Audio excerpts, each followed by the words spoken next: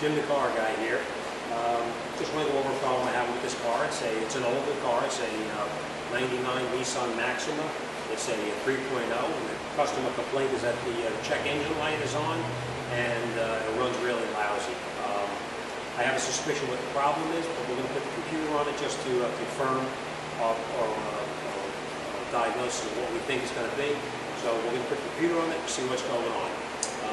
And anybody in the business knows what this is all about here. This is the kind of hood that I like to call a concussion hood. The hood shocks are dead, so when you're underneath the vehicle, it falls down on you and knocks you in the head and give you a concussion.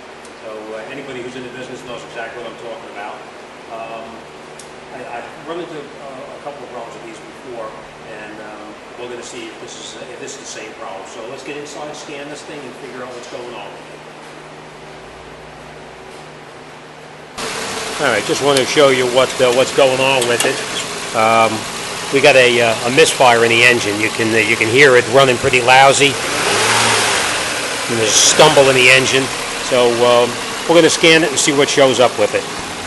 Okay, like I said, the check engine light is on, and this is the code that we're finding here. It's a P1302. It's a misfire detected in cylinder number 2.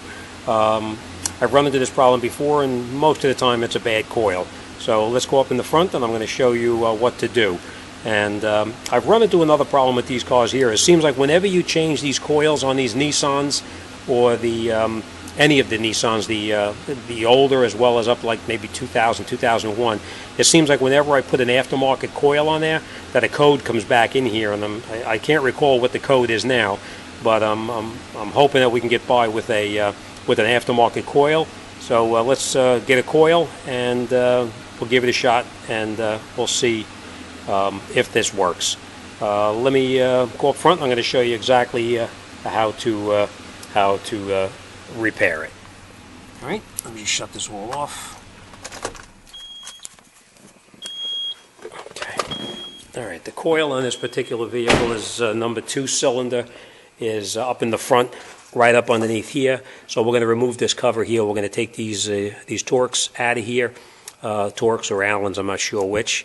They actually look like Allens. We're going to take them out. Number 2 cylinder is going to be right here. So let's take that out and let's see what that coil looks like. And like I said, we're going to give it a shot with an aftermarket coil, and we'll see how it works. So let's grab some tools and let's get started. Okay. A couple of things you're going to need is a screwdriver, a ratchet, and a socket to take this out. So let's take these out.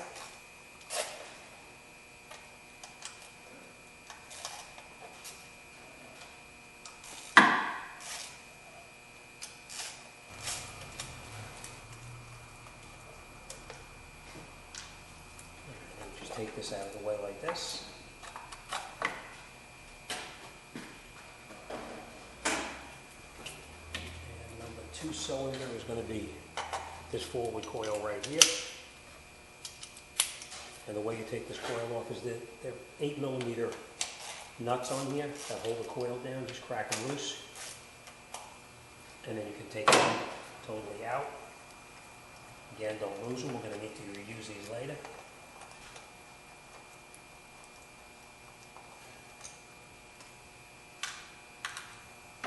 And then the way you remove the coil, just pull it up, and you'll see there's a little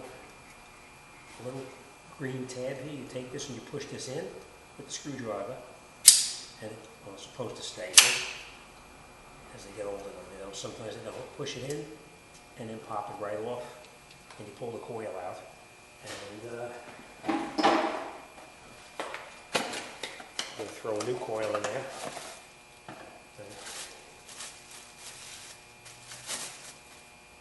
And the way you put the new coil in is you just push it in through the hole here, push this on, snaps back out, and we're going to screw it down with the bolts to hold the coil in place.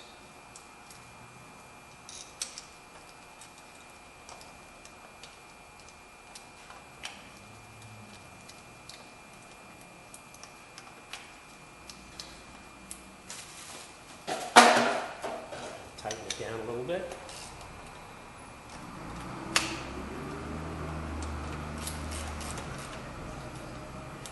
All right.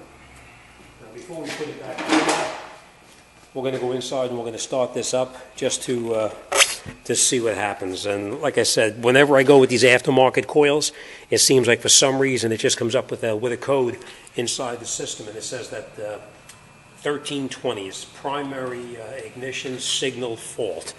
And it seems like the only way I could correct the problem is usually when I go with the factory coils. But let's start it up and we'll see what happens.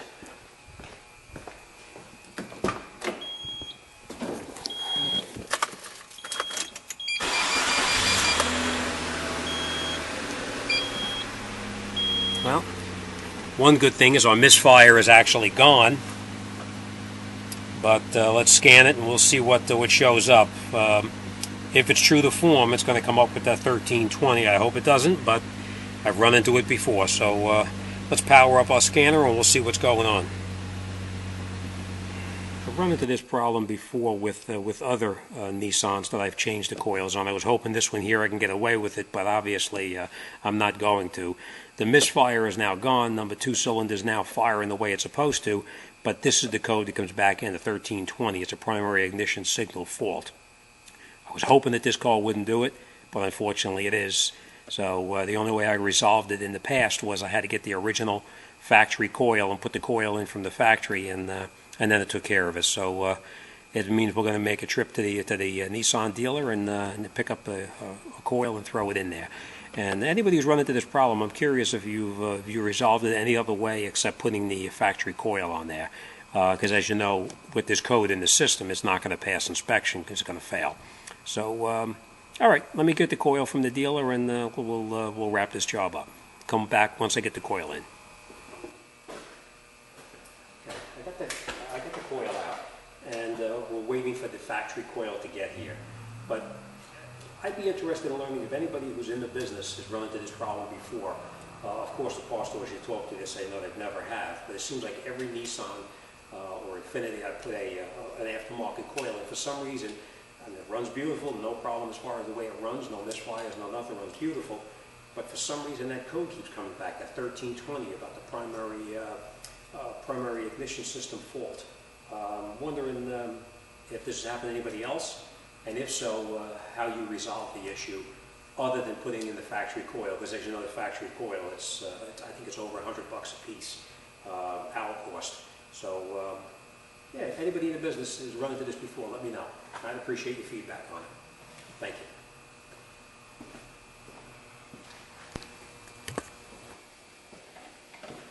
Okay, well, we now have the original factory coil, and we'll install it, and we'll see if it's true to form.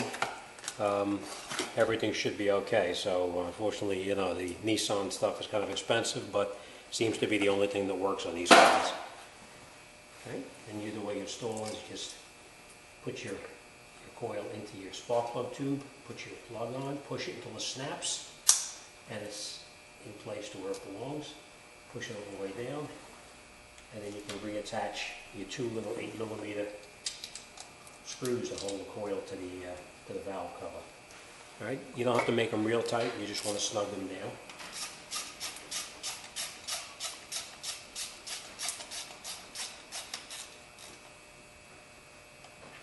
Not too tight because you don't want to break them, they are very small.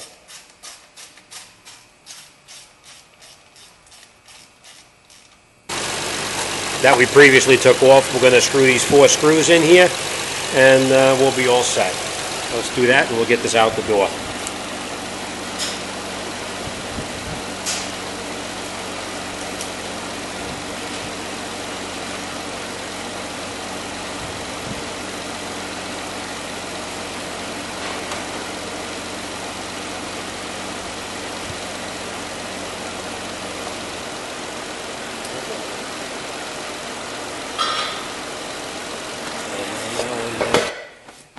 See what it says on our scanner when we start this thing up.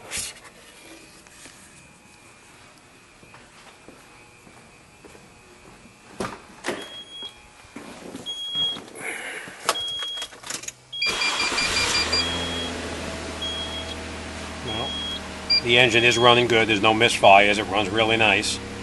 Now we're going to see what the scanner says.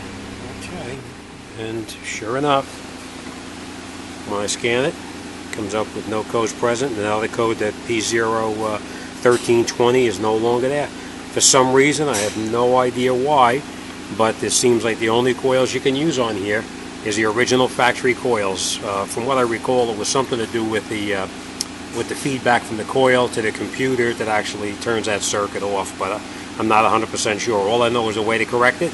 You put the original factory coils in, and you'll have no more issues. All right, anybody who has run into this, I appreciate any kind of information you got, but you drop me a line, let me know what you've come into or come across. All right, thanks for watching, and don't forget to subscribe to my channel, and we'll see you on the next one. Thanks for watching.